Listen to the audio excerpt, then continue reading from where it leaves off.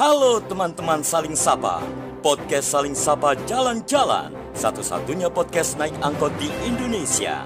Tayangan aneka info menarik di YouTube channel Taufik Sagwanto. Like, share, and subscribe. Benih jagung petani milenial Pandawa 01.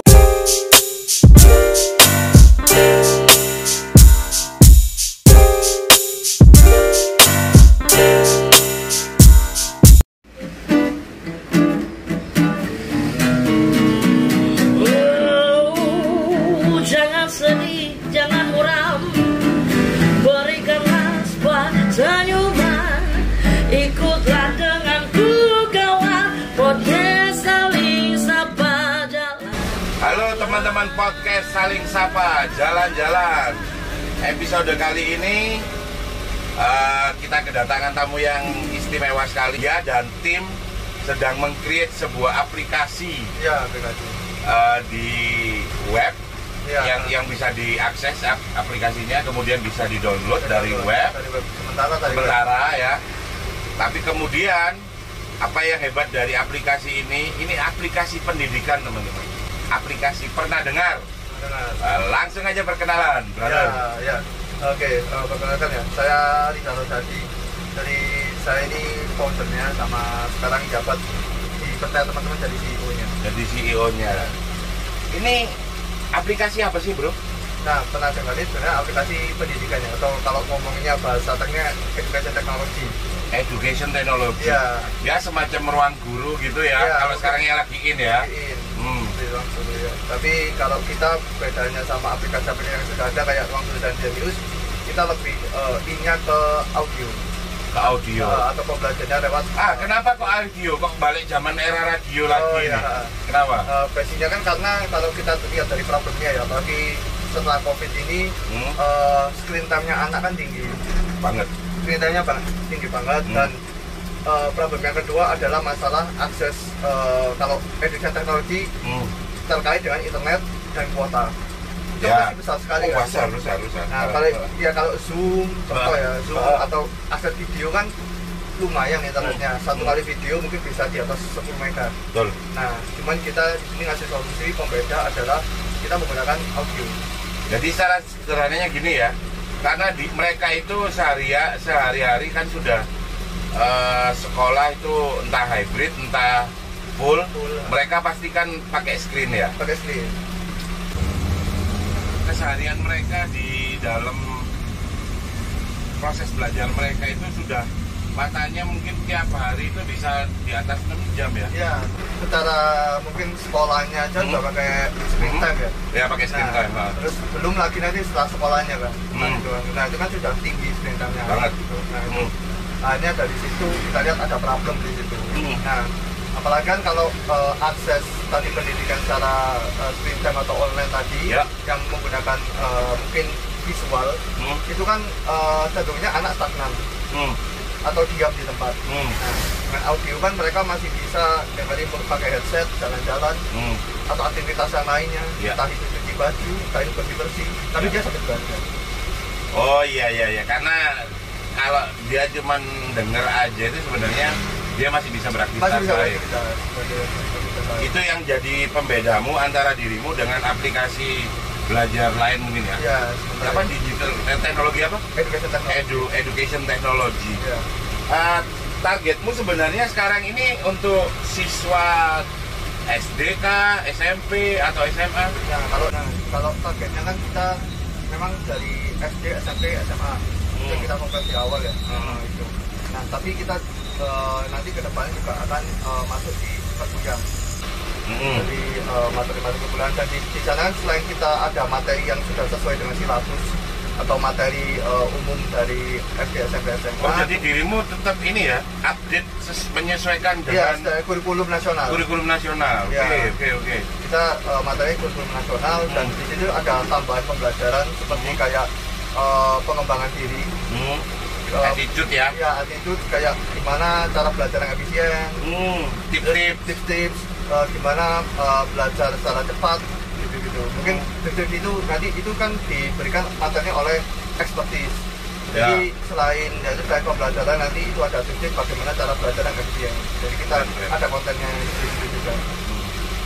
Jadi ini diharapkan memang tantanganmu karena di era yang audio dan video, dirimu malah mau ambil di sisi audionya aja, Mas. Iya, karena kan ya itu tadi ya, mungkin ini kalau kita ngomong secara kesehatan mungkin. Ya kesehatan itu tadi dan mungkin dari beberapa mungkin kita ngomong pemain besar ya seperti tadi itu di situ mesti kalau kita itu lihat ada blind spot artinya ada apa yang mungkin tidak dikembangkan oleh mereka.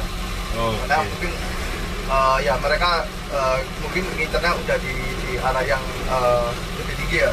Nah jadi kita mereka tidak konsen di audio nih gitu. Ini kan dalam itu secara kayak podcast gitu kan. Ya, Pak. Iya, dan podcast itu sekarang benar-benar orang ya ada yang nanya benar-benar nyari audio. Iya. Nggak mau ada gambar. Itu sih. Dan karena juga holding kita sebelumnya kan memang di media podcast. Jadi ya kita udah 3 tahun lah berada di media podcast. Dan akhirnya kan udah biasa nih kalau masalah konten audio.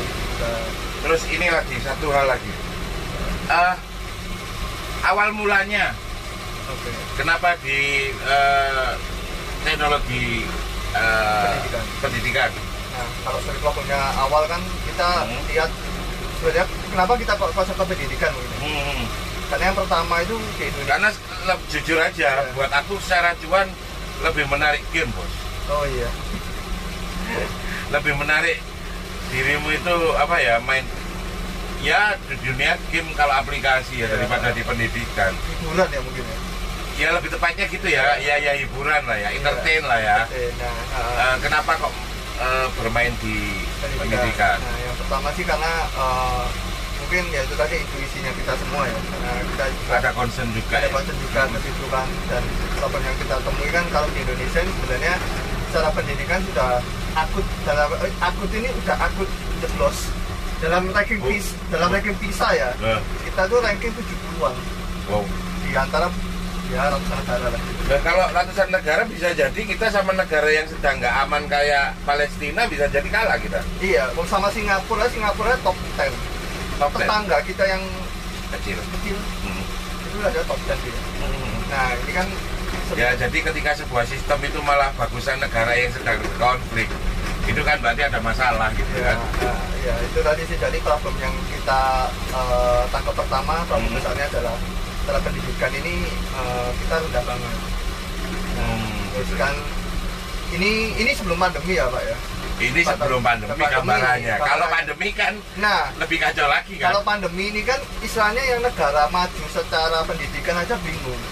Apalagi negara yang apapun belum siap. Nah, negara yang maju pun belum siap pendidikannya. Bagaimana menangani pandemi ini? Mereka untuk mengakali pendidikannya mereka ya trial and error sama bingungnya kayak kita.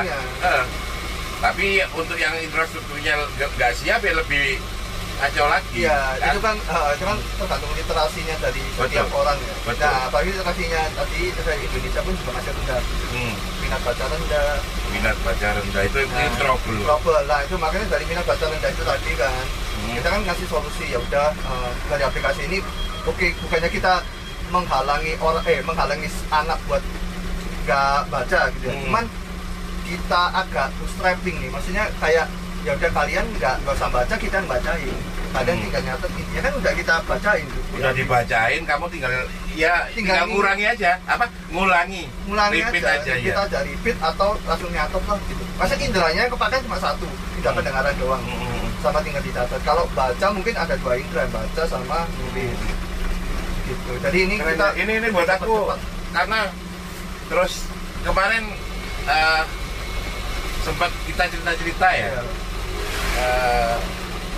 Support ya, aku sebenarnya juga bagian dari orang komite ekonomi kreatif sih. Dan salah satu kota kreatif di Indonesia ini Malang yang berkaitan dengan aplikasi dan konsennya di situ. Dan kamu curhati kemarin pada saat ini ada anak muda yang concern di soal pendidikan, teknologi pendidikan. Pada saat launching kemudian ngundang dari dinas pendidikan, dinas terkait ya pendidikan kan, ya diabaikan gitu kan ya. Iya, Ya itu diabaikan bro, begitu kamu ngundang baik-baik tidak datang itu kan kamu diabaikan. Tapi ya nggak salah juga sih, karena sistem kita itu kalau nggak kenal itu dianggap ngundang itu nggak penting. Ya mungkin aku nanti bisa pelan-pelan support lah bro. Iya. Kadang-kadang apa ya, yang namanya pelayanan publik itu kadang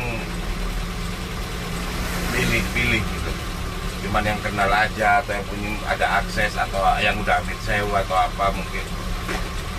Selain itu ya nantilah ini mungkin bagian dari perbaikan yang ada di sistem kita. Menarik ya ketika kamu sadar betul bahwa dirimu itu anak Malang, arek Malang ya. Terus buat aplikasi, terus pas launching kamu pengen ngundang si pemangku kebijakan itu keren sih buat aku. Iya, masih ada kesadaran gitu. Kalau orang lain sih cuek aja gitu. Iya, karena ya itu tadi kita pengen lihat semua mungkin media, instansi, terus yang terkait itu semuanya kita undang masuk biar dapat feedback kita itu. Ya, betul. Apa yang masih kurang, apa yang sebetulnya itu ya. Sebenarnya itu kenapa kok kita launching dan kita undang instansi-instansi terkait dan media segala macam supaya. Terus dirimu sudah ini enggak? Sorry aku tanya. Sudah punya ini enggak? Sudah punya apa namanya rekanan sekolah enggak?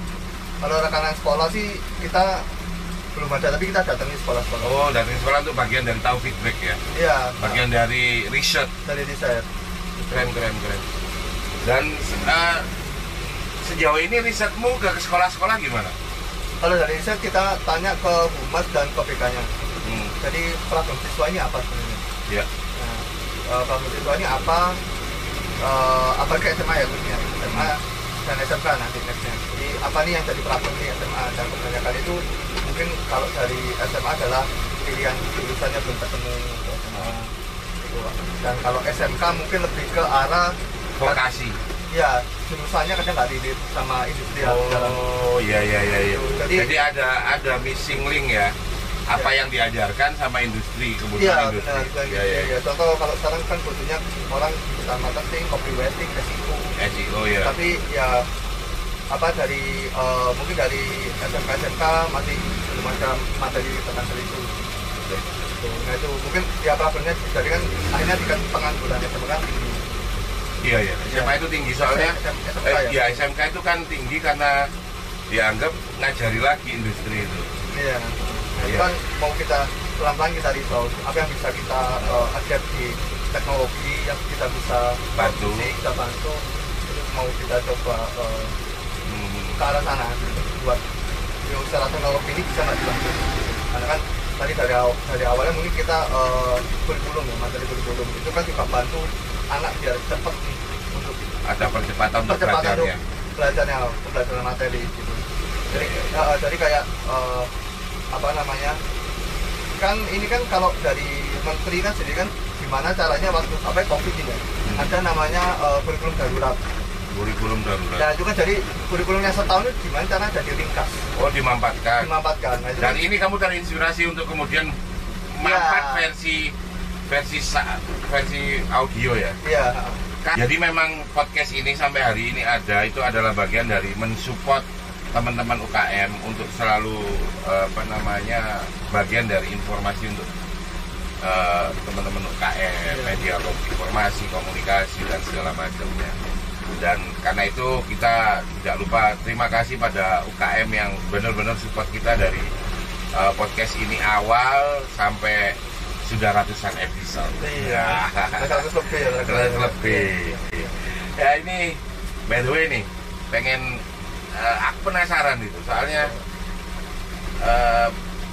para pelaku pembuat aplikasi dan game itu susah gitu untuk anak-anak sekarang itu ngomong teknologi education teknologi, tapi yang menarik dari dirimu adalah dirimu fokus untuk itu. Ke depan kamu punya impian seperti apa sih? Pernah dengar itu khususnya aplikasimu ini pengen seperti apa sih? kebiasaan orang balik ke menggunakan audio untuk learning something gitu. Oh iya, mungkin kalau segi aplikasi kita ya pengen ini mungkin short termnya dulu ya, atau jangka pendeknya ya kita perbarui semua kontennya perbarui. Buat full, ini kan ada beberapa yang masih soon. Nah, kita cepat nih. Ini full segera. Oh, jadi ini buat dirimu juga sebenarnya tidak nutup kemungkinan nanti juga ada beberapa feature itu pakai video. Karena ada hal yang memang nggak bisa tergantikan dengan video. Tapi kayak matematika nggak bisa pakai suara. Pak, ya nggak sih, kita kan jelasin rumus, jelasin angka, tulisan. Ke depan nggak bisa ya, ya ke depan. Mungkin di awal-awal aja kita ngomong pakai audio pengertiannya. Karena kan ya jadi secara produksi cost kan lebih bisa kita atur gitu ya, Pak. Dan juga untuk yang pemakaian kuotanya juga enak ya. Dan ya nanti kedepannya saya ingin itu kayak pendidikan ya, ini pendidikan secara makro atau secara besar ya. Itu kayak di US loh, kayak di Harvard. Jadi kayak sebelum mahasiswanya masuk kelas, mereka sudah tahu apa yang mau dipelajari. Apa yang mau dipelajari gitu. Jadi at least soal definisi lah ya. Iya, jadi nanti kan si pengajar atau guru itu tinggal tanya apa yang jadi kendala di materi ini. Jadi bisa langsung untuk diskusi sama siswa. Jadi di situ kan melatih komunikasi critical thinkingnya siswa. Nah, karena mereka sebenarnya udah tahu nih materi yang mau dijelasin. Nah, itu kan sebenarnya kebiasaan dari US. Co-foundernya dia itu lulusan doktor ITS ya, termuda di Indonesia. Ya, dia 24 tahun. Ya, kapan-kapan nanti kita undang Pak Dokter muda itu naik angkot, kita ngobrol-ngobrol. Jadi biar kita tahu gitu apa tips-tipsnya dia kok bisa jadi dokter dalam usia berapa? 24 tahun. 4 tahun sudah jadi dokter, lulusan ITS lagi. Iya. Nah, itu luar biasa. Nanti kita bisa bisa mencari inspirasi dari kita. Ya, secara SDM pun kita kan udah dari ya kan tadi kayak bahkan cepat gitu. Nah, kita kan grab juga kan dia sebagai pengisi materi. Jadi tips-tipsnya itu akan di-share di keren. Gitu. Jadi bayangin 24 itu dulu aku baru selain A1 ini sudah doktor. Oke. Luar biasa. Ya ini penutup ya. Aku pengen dirimu nge-share inspirasi buat teman-teman sebayamu atau teman-teman yang sehobi denganmu di mana ada kecintaan untuk membuat aplikasi dan game gitu. Iya, kalau aplikasi itu startup ya, Pak ya. Yang pertama sih kita cari minat dan visi kita itu kemana. Mungkin kalau kita dan teman-teman kan memang concern di pendidikan. Memang panggilan jiwanya. Ya, kalaupun itu sendiri ya harus nyari teman yang visi dan misi. Sefrekuensi. Nah, ketika itu sudah ditemuin ya tinggal apa yang bisa diselesaikan dengan mungkin teknologinya lah, atau mungkin secara penerapannya. Jadi harapannya itu supaya nanti problem-problem yang ini khususnya di pendidikan ini bisa selesai dengan teknologi memang mempercepat dan distruktur. Betul. Jadi kayak ini tadi kan gimana caranya supaya hal-hal yang dulunya itu berulang-ulang atau panjang bisa menjadi mampat. Ya contoh dan kayak padat tapi ya. Padat. Ya contoh kayak yang sekarang kita pakai semua sudah online, semua dapat handphone. Semua kan bisa makan bisa lewat handphone, transport bisa lewat handphone, transfer lewat handphone. Betul. Kita di rumah aja atau diem aja di rumah itu semua bisa tercover. Oke. Terus jadi mamanya nanti ada hybrid. Ini jadi habit kan ya Pak? Iya. Jadi ini akan jadi bagian supporting system hybrid tadi. Iya, kita harapannya menjadi support atau pendukung dari pembelajaran. Jadi harapannya yang dulu mungkin pembelajaran satu semester itu setahun bisa jadi 4 bulan, 3 bulan. Jadi secara siswa itu bisa lebih belajar banyak kan. Jadi punya spend waktu banyak untuk belajar yang lain. Les soft skill atau segala macam. Iya betul. Dan melakukan hal-hal yang sifatnya lebih praktis mungkin. Karena habis waktu untuk teori itu juga masalah. Iya, jadi itu harapan kita gitu dari aplikasi ini bisa nih buat mempercepat dan membantu pendidikan, sektor pendidikan. Maksudnya ya yang kita concern ini pertama di Malang. Waktu kasus di Malang apa sih? Ini kita collect, kita cepat resolve, kita cepat selesaikan. Nah, keren. Jadi collect collect trouble and get the result. Dan hasilnya sementara pernah dengar sampai di sini dulu prosesnya, akan terus lanjut dan akan terus berinovasi. Terima kasih ya Mas ya. Sudah sharing hal yang buat aku keren banget, canggih banget ya. Inilah yang namanya Malang, kota aplikasi dan kotanya aplikasi dan game. Semuanya pendekatannya teknologi, tapi yang sifatnya apa? Yang positif, yang tidak hanya bicara teknologi, tentang bicara entertainnya aja. Semoga tayangan ini bermanfaat. Wassalamualaikum warahmatullahi wabarakatuh.